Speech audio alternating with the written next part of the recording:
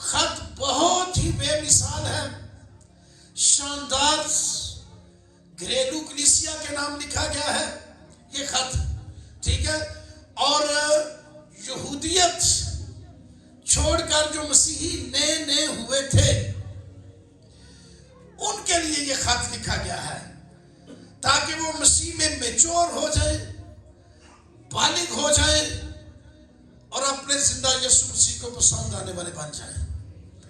بہت سارے لوگ جو ہیں یہودیت کو چھوڑ کر مسیحی ہوئے، جن کو یہ خط لکھا گیا، اس میں پرانے بندھنوں کو توڑنا، پرانی انسانیت کو ترک کر کے کچھ نیا بننے کی بات ہو رہی ہے۔ یا آپ یوں سمجھ لیں کہ سائے کو چھوڑ کر حقیقت کو پکڑنا، یا عارضی کو چھوڑ کر مستقل کو پکڑنا۔ کئی چیزیں عارضی ہوتی ہیں جن کو ہم پکڑ کر بیٹھے رہتے ہیں، مستقل کو پکڑنا اور کلام سننے کے بعد حقیقتاً تبدیل کر لینا اپنے آپ کو۔ کئی لوگ تبدیل ہوئے تھے لیکن اندر سے تبدیل نہیں ہوئے تھے، بپتسمہ لیا لیکن نئے سرے سے پیدا نہیں ہوئے، اندر تبدیلی نہیں تھی۔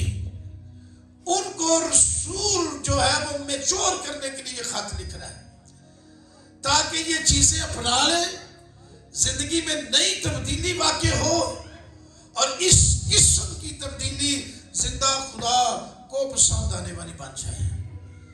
تو ٹارگٹ یہ ہے کہ جتنے لوگ یہاں پر موجود ہیں سب کو خدا پسند کرنے لگے۔ ہاللیلویا! کیونکہ جتنے اس خط کو پڑھیں اور سنیں خدا کی پسند کے بن جائے تو 6 نصیحتیں، کتنی؟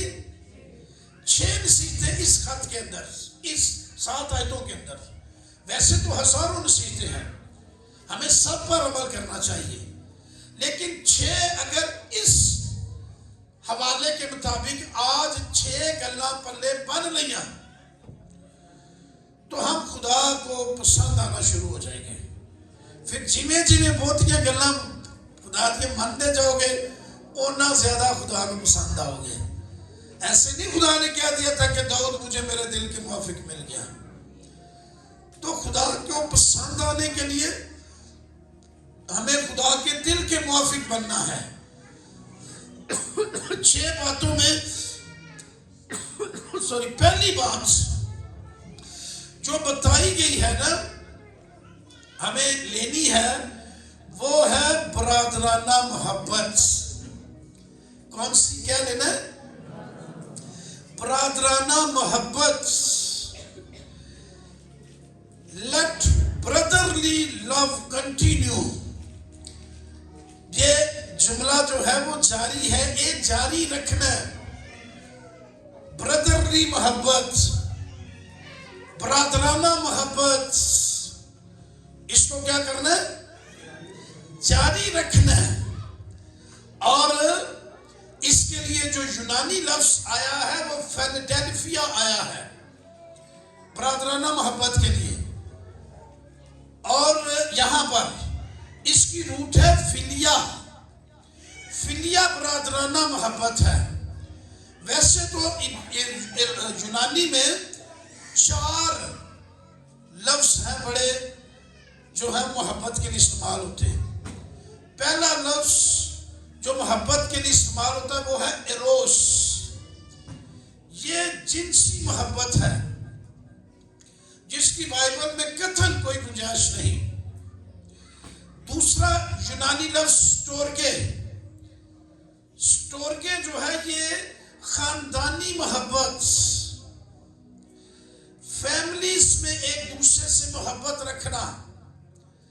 تیسرا لفظ ہے محبت کے لیے فلیا یونانی، جس سے فیلڈیلفیا لفظ کی یہاں پر ہے برادرانہ کے لیے۔ فیلڈیلفیا فلیا لفظ سے نکلا ہے، اور اس کا مطلب یہ ہے برادرانہ محبت، بھائی چارے کی محبت، یکساں طور پر ایک دوسرے سے محبت رکھیں۔ اس کونے میں بیٹھا ہوا علاوہ شخص اس کونے والے تک سب کے ساتھ ایک جیسی محبت، یہاں سے لے کر وہاں تک سب ایک دوسرے کے ساتھ یکساں محبت رکھے۔ یہ نہیں کہ اپنی مرضی دے 3 4 بندے چنے نے، اس سے گروپ بندی پارٹی بازی کو ہوا ملتی ہے۔ تو برادرانہ محبت پر زور دیا گیا ہے، آپ کو پتہ ہے۔ اور چوتھی محبت جو ہے اس کو کہتے ہیں اگاپے۔ اس کو کیا کہتے ہیں؟ یہ ڈیوائن لو ہے، الہی محبت۔ یہ تو صرف خدا ہی کر سکتا ہے، اور کوئی نہیں کر سکتا۔ یہ بے لوث ہے، غیر مشروط ہے، اس میں کنڈیشن نہیں ہے۔ اتھوں تک محبت کر دیتی خدا نے کہ اپنا بیٹا بھی قربان ساڈے لیے کر دیتا، منگیا ساڈے کو جواب میں کچھ بھی نہیں ہے نا۔ تو یہ بے لوث ہے اگاپے، یہ خدا صرف کر سکتے ہیں۔ ہمیں کہا گیا ہے کہ آپ فلیا محبت رکھو، جڑی ایک دوسرے نہ رکھنے والی محبت ہے، فیلڈیلفیا لو۔ مجھے میرا خیال ہے 6واں 7واں سنڈے ہے مسلسل محبت پہ کلام سناتے ہوئے۔ کتنا ہو گیا نا؟ 6واں 7واں اتوار محبت پہ کلام سناتے ہیں۔ آج سنڈے کو میری رات کو جب میسیج تیار رہا تھا، نیتن میں نے محبت میں نہیں تیار کیا، لیکن پھر محبت ہی آیت آ گئی بچ۔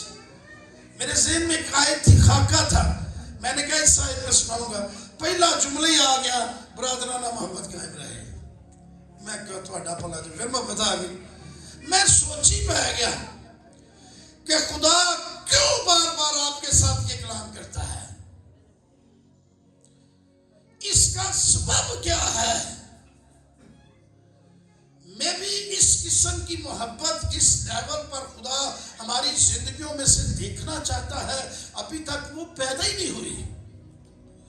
خدا ریمائنڈ کرواتا ہے، بار بار اس طرف لے کر آتا ہے۔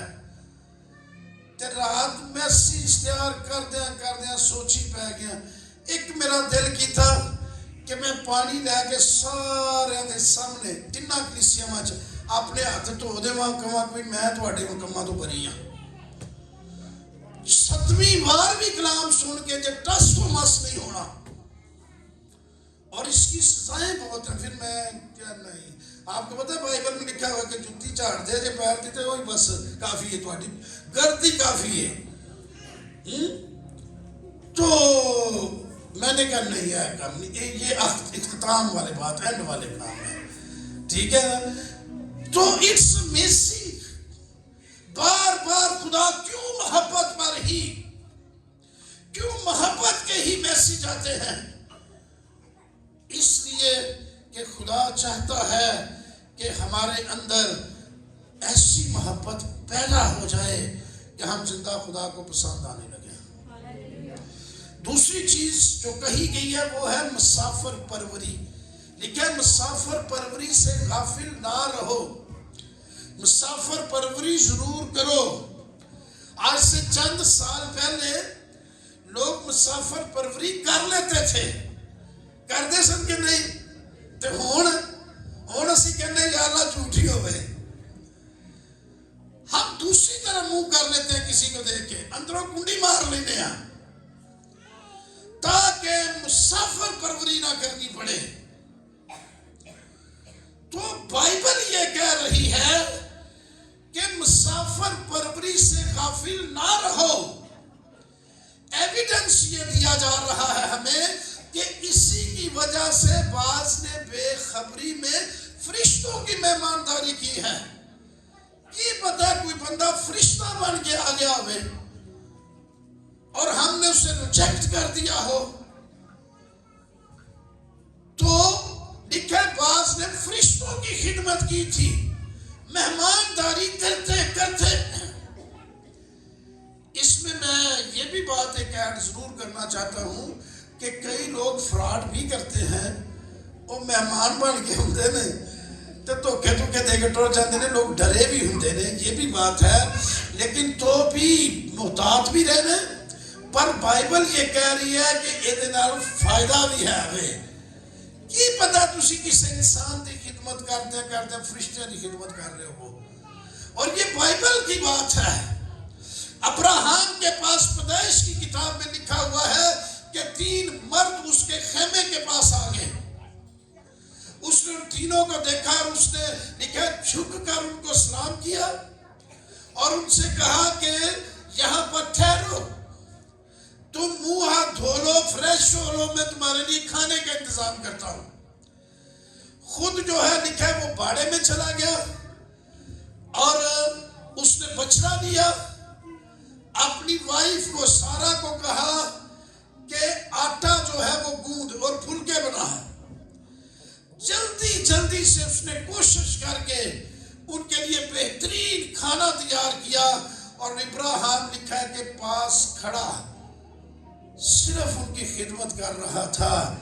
اس کو کیا معلوم کہ یہ انسان نہیں، آسمان اور زمین کے خالق اور مالک کی میں خدمت کر رہا ہوں۔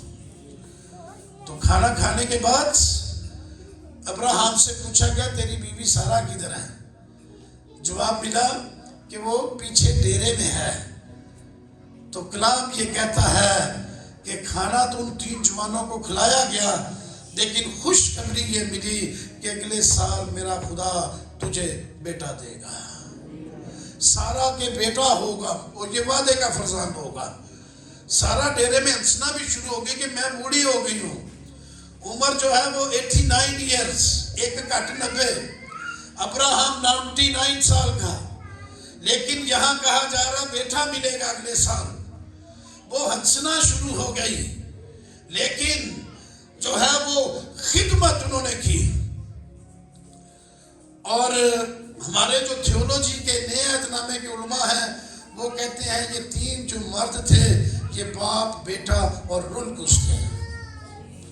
تو اس کا مطلب ہے بے خبری پھر فرشتیاں تو انتقام ہو گیا، ہوا کہ نہیں؟ بے خبری میں اس نے فرشتوں کی خدمت کی۔ ایک وہاں پر رہ گیا، 2 آگے لوط کے پاس چلے گئے۔ لوط نے بھی ان کو جو ہے وہ آدمی سمجھ کر، مہمان سمجھ کر ان کی خدمت کرنا شروع کر دی۔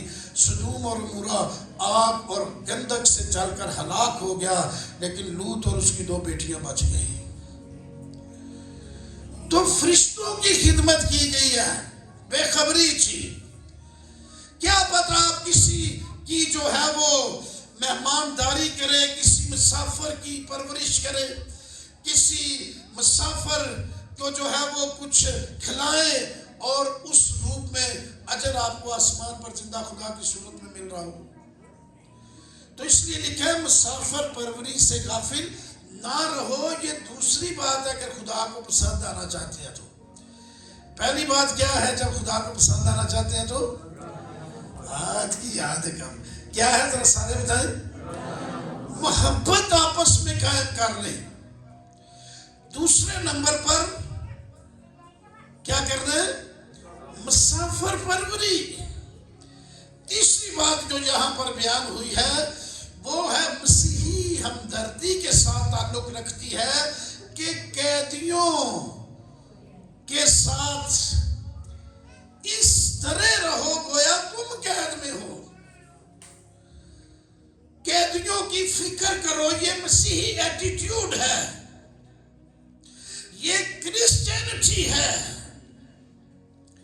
ابھی کرسمس آئے گا نا تو کئی تنظیمیں ایسی ہیں جو قیدیوں کے لیے جیل میں جا کر کھانے کا انتظام کرتی ہیں، کئی ان کو گفٹ دیتے ہیں، کئی جیلوں میں عبادت کرواتے ہیں ان کے لیے۔ تو قیدیوں کو بھی لکھا نظر انداز نہ کرو۔ دوسری قوم اور قید چڑیاں ڈا کے نا صرف خوش ہوتے رہو، یہاں بندوں کی بات ہے، انہاں نے کوئی سوچ بچار کرو۔ جو قید ہیں گویا سمجھے کہ میں قید ہوں۔ جب قیدیوں کی فکر کریں گے آپ کا زندہ خدا خوش ہوگا اور آپ کو پسند کرے گا۔ میرے ساتھ متی کی انجیل نکالے 25واں باب۔ یہاں پر مسیح نے ایک تمثیل کے ذریعے سے اپنے بارے میں بتایا کہ میں قید میں تھا اور تم نے میری خبر گیری کی ہے۔ 25واں باب نکال لیں، متی کی انجیل کا 34ویں آیت سے پڑھے ذرا۔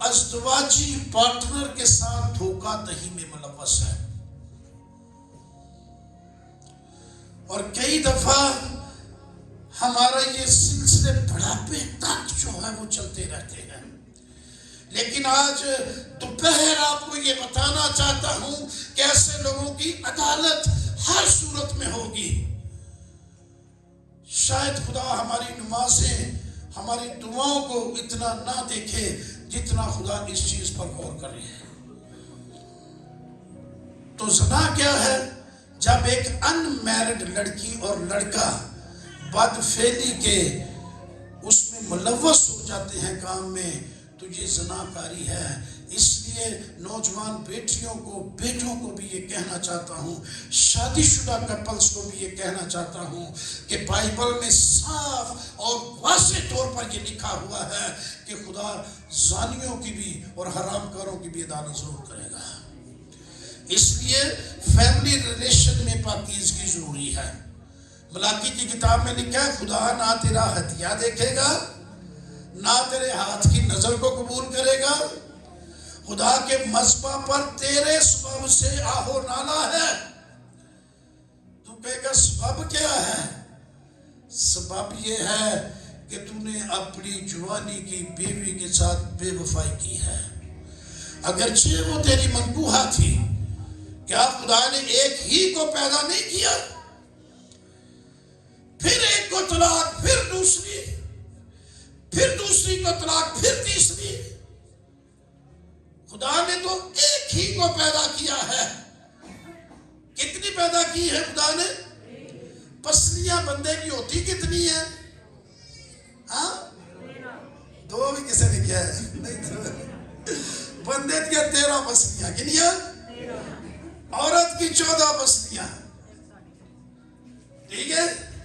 ایک فیصل نے کہا ساڑی لئی ہے، ساڑی لئی نہیں، ساڑی پسلی دیو بڑی ہے۔ تو 14 پسلیاں تھی بندے کی، 13 رہ گئی ہیں۔ تے خدا نے ایک ہی کٹی، خدا دو کیوں نہیں کٹ لیا ہوئی پسلیاں؟ دو دو کڑیاں نہ بیاہ کریے۔ خدا نے 3 کیوں نہیں نکال لی؟ خدا نے سر کی ہڈی سے کیوں نہیں عورت کو بنایا؟ پیر کی ہڈی سے کیوں نہیں بنایا؟ ایتھوں کھپی سائڈ تو کیوں لئی ہے جتھے دے لے؟ یاد رکھیے، اگر آپ فیملی ریلیشن میں درست نہیں ہیں تو آپ کی دعائیں، آپ کے ہدیے، آپ کے نذرانے خدا کے مذبح پر بہائے کے سب آنسو جو ہے خدا نظر انداز کر کے آپ کی عدالت کرے گا۔ اس لیے فیملی ریلیشن میں پاکیزہ ہو جائے، یہ بہت ضروری ہے۔ 5ویں بات، آج کچھ چاہتے نہ تسی توجہ نہ کلام نہیں سن رہے، کوئی 2-4 ہی سن رہے نہیں، باقی ادھر ادھر پورا منہ کر دینے۔ یہ کبھی کبھی اس طرح کے سرمن آتے ہیں، ٹھیک ہے، لیکن اس میں کریکٹر بلڈنگ کرنی پڑ جاتی ہے، ٹھیک ہے۔ تو میں چونکہ آپ مجھے دیکھ رہے ہیں، میں آپ کو دیکھ رہا ہوں، میں نے پتا ہے کیڑا کیڑا سن رہے تھے، کیڑا کیڑا نہیں سن رہے، نظریں ہیں میری، اس کو پلے باندھے۔ یہ ورڈ آف گاڈ ہے، خدا کا زندہ کلام، ہیلیلویا۔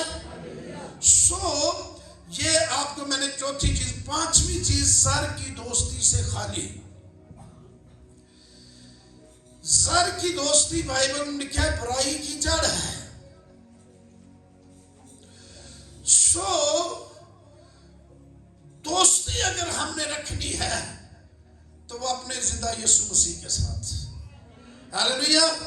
ایک نوجوان مسیح کے پاس آیا، بڑی اس کے اندر خواہش تھی کہ میں ہمیشہ کی زندگی حاصل کروں۔ یہ اچھی خواہش ہے، جو غلط نہیں ہے، میں ہمیشہ کی زندگی حاصل کروں۔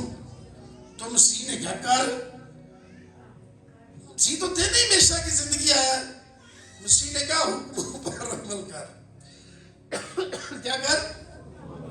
حکموں پر۔ تو میں لڑکپن سے عمل کر رہا ہوں، اب مجھ میں کس بات کی کمی ہے؟ لیکن مسیح کو اس پر پیار آیا، مسیح کو اس پر اور مسیح نے کہا ایک بات کی تجھ میں کمی ہے. کنیا چیزاں دی باقی تے ساریاں ٹھیک سن. ہن ایک کام نہ بندہ سیدھا کرے ہمیشہ دی زندگی جان واسطے. مسیح کو اس پر پیار آیا. مسیح نے کہا ایک بات کی کمی ہے, تو اپنا مال بیچ کر غریبوں کو دے دے, تجھے آسمان پر خزانہ ملے گا. جانا ہو کتنے جانا سی؟ آسمان تھے. کتنے جانا چاہتا سی؟ مسیح نے کہا کہ اتھے خزانہ ملے گا جتھے جانا چاہتا ہے. ایک بندے نو جتھے جانا چاہتا ہے اتھے ہی سارا کچھ مل جائے, اور کی چاہیے جائے. تو لکھا ہے وہ غمگین ہو کر چلا گیا کیونکہ بڑا مالدار تھا. یہ ہے زار کی دوستی. ایک طرف خدا, دوسری طرف پیسہ. ایک پلڑے میں ہمیشہ کی زندگی,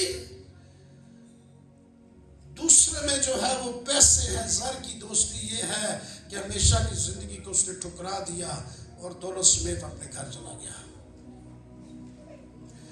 چھٹی اور آخری بات آپ کو بتانے لگا, بائبل میں لکھا ہے اپنے پیشواؤں کے فرمانبردار رہو. اپنے پیشواؤں کے, پڑھیے ذرا اسی 13 باب کی 17 آیت, عبرانیوں 13 باب آیت نمبر 17, 17 ورس. جی. اپنے پیشواؤں کے فرمانبردار اور تابع رہو کیونکہ وہ تمہاری روحوں کے فائدے کے لیے ان کی طرح جاگتے رہتے ہیں. ان کی طرح جاگتے رہتے ہیں جنہیں حساب دینا پڑے گا. جنہیں حساب دینا پڑے گا تاکہ وہ خوشی سے یہ کام کریں. وہ خوشی سے یہ کام کریں, نہ رنج سے, کیونکہ نہ کہ رنج سے, اس صورت میں تمہارا کچھ فائدہ نہیں. کیونکہ اس صورت میں تمہارا کچھ فائدہ نہیں ہے. تو چھٹے نمبر پر یہ کہا گیا ہے کہ آپ تابع داری کریں اپنے پیشواؤں کی, اپنے مذہبی لیڈرز کی. تابع داری اتم ہے, امپورٹنٹ ہے. اگر خدا کو جو ہے وہ آپ پسند آنا چاہتے ہیں تو تابع داری کی طرف آ جائیں. یہ خدا کا مقرر کردہ انتظام ہے. خدا کا مقرر کردہ انتظام ہے. اسے معمولی اور عام نہ سمجھیں. آج پینٹیکاسٹل چرچ گراوٹ کی طرف کیوں جا رہا ہے؟ لوگوں کے اندر پاسبان کی تابع داری ختم ہو چکی ہے. برائے نام جی, اپنی ہماری جو پسند کی چیزیں جو اس کے لیے تو ہم تابع دار. میں تابع دار جناب میں تابع دار. تے جیڑی اپنی پسند تو ذرا ہٹ کے وے, اس میں ہمارے ایکشن ہی فرق ہوتے ہیں. مجھے نہیں پتا کہ میرے ایک استاد تھے, کلاس ٹیچر, میتھ بھی پڑھاتے تھے. اس نے, میرا ایک کزن تھا مجھ سے ایج میں بڑا تھا, اس نے کیا ٹیچر کے ساتھ کوئی گستاخی یا بدتمیزی کی ہوگی, مجھے نہیں پتا. لیکن ہم دونوں ایک جگہ پہ تھے, اسکول میں جا رہے تھے, تو اسکول سے تھوڑا پیچھے سارا مل گیا. میرا تو کلاس ٹیچر تھے, میں نے تو سلام کیا. چھوٹے تھے ہم, میرا خیال میں 4تھی میں پڑھتا تھا, وہ 5ویں میں پڑھتا تھا. تو میں نے سلام کیا تو اس نے بڑے اچھے طریقے سے مجھے جواب دیا. تو جب میرے اس کزن نے سلام کیا نا سر کو, مجھے یاد آ گیا اچانک, وہ دن بھی انہیں ہاتھ ملایا. انہیں کہا کی حال ہے؟ تو انہیں کہا جی میں تابع دار. کزن نے کیا کہا؟ ایک لفظ برا نہیں ہے, لیکن استاد نے زور دی ڈنڈا مارا, ایڈا موٹا ڈنڈا سے انہیں مارا کانڈے چوتی. انہیں کہا تو میرا کہا تابع دار ہے. ٹھیک ہے, او برا کہا میں بھی چھوٹے تھے نا, سہم کیا تھوڑا سا میں بھی. تو انہیں زور دی کانڈے, انہیں کہا جی تو میرا کہا تابع دار ہے. انہیں کہا جی میں کیا میں تھوڑا تابع دار. انہیں غور سے اٹھیا, انہیں کہا تینوں پھر تو ہی لفظ کیا ہے ٹھیک ہے تمہارا. وہ تھوڑا سا کہنے لگا جی آپ بول نہیں کہتا. انہیں غور سے اٹھیا, انہیں کہا کوئی بولنا ہے؟ کہتے جی نہیں بولتا. انہیں ایک اور مارے, انہیں کہا پھر بولنا ہے. اچھا مجھے عجیب لگا یہ بات کہ ایک ٹیچر نے ویسے ہی بغیر وجہ تو ڈنڈے مارنے شروع کر دیتے اور مارے 5-6 سال. مجھے نہیں پتا کہ کیا کسی وقت اس نے تابع داری نہ کی ہوگی اور اس نے یہ جملہ بول دیا کہ میں تابع دار. چڑ گیا نا سر, پتہ نہیں مجھے پتہ نہیں، لیکن مجھے اس وقت یہ محسوس ہوا کہ ٹیچر کو ایسے نہیں کرنا چاہیے تھا. مجھے تو پتہ ہی نہیں پچھلی کہانی تھا، چھوٹا تھا. لیکن تابع دار ہیں اگر تو پھر عملی طور پر بھی نظر آنی چاہیے. تو بائبل مقدس میں یہ کہا گیا کہ اپنے پیشواؤں کی تابع داری کرو. پینٹیکاسٹل چرچ گرو کر رہا تھا، تیزی کے ساتھ بڑھ رہا تھا، لیکن تابع داری کا جو فقدان ہے اس نے آہستہ آہستہ چرچ کو مذہبی بنا دیا ہے. ہم مذہب کی طرف جا رہے ہیں. ہر ایک جو ادارہ ہے اس کا اپنا ایک سیٹ اپ ہے. چرچ آف پاکستان ہے یا کیتھولک